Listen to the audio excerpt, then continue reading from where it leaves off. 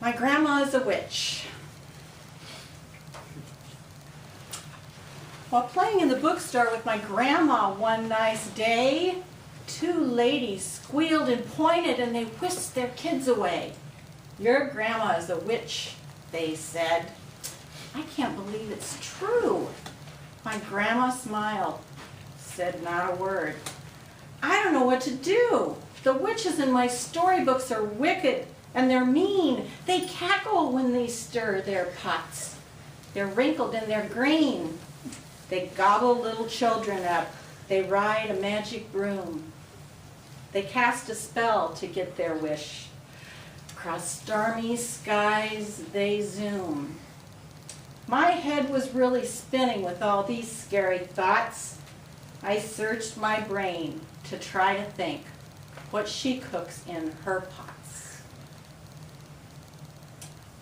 This little book was written inspired by a conversation I actually had with my grandson, who at the time was about 5 years old.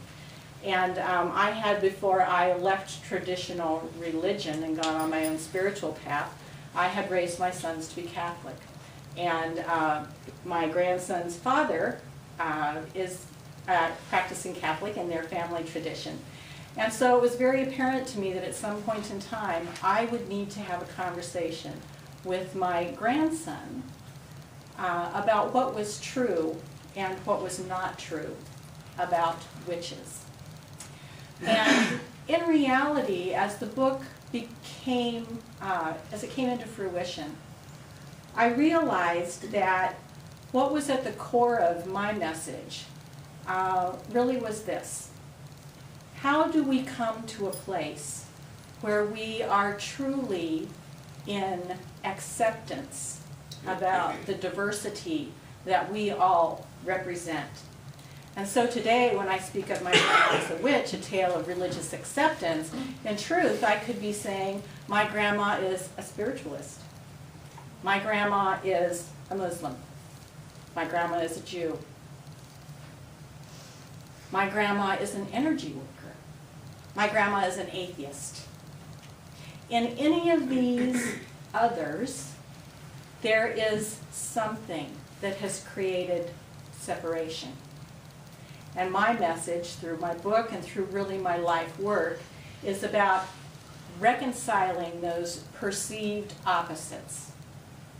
And my real points today that I would like to share with you are how we get to that place where we truly can reconcile those opposites.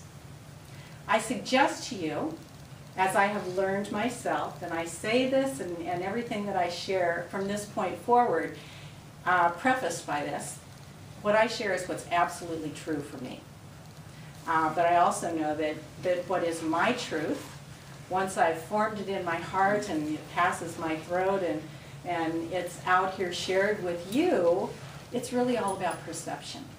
And so what I'm sharing is the truth of my experience as a woman, as a priestess, as a grandmother, as a witch. But know that it is not my intention to project anything upon anyone here. So if what I share with you from this point forward is anything that you resonate with, please wrap it up and take it home with you. But if you don't resonate or are not comfortable with anything that I share, please know that you can just leave it on the ground. And at the end of the service, I will, with my imaginary magical broom, just sweep it out the door and take it home with me. In order to come to this place of acceptance, there's a formula that really is as simple as what the child within us and our children can express and embrace. The lesson is this: if we want to come to understanding, we have to take the time to share. We really have to move past the place where we think we have the answers. We think we know what it is to be a witch. We have to be willing to surrender with childlike innocence to that place where we are curious, where we recognize that we don't have all of the answers, and we can seek from that place of just wanting to learn and understand and know.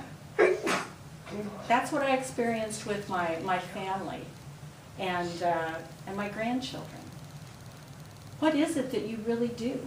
What is it that we really believe?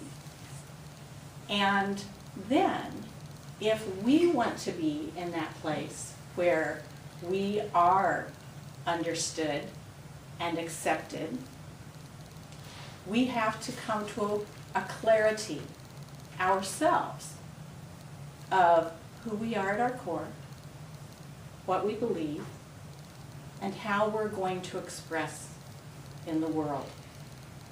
So the inquiry comes with the innocence of a child. That place that we're standing in as one who's being asked these questions must come from a place of certainly openness, but also clarity. Again, about who do I believe I am? What are my foundational beliefs? Can I identify them? Is what I say I believe made manifest in the world?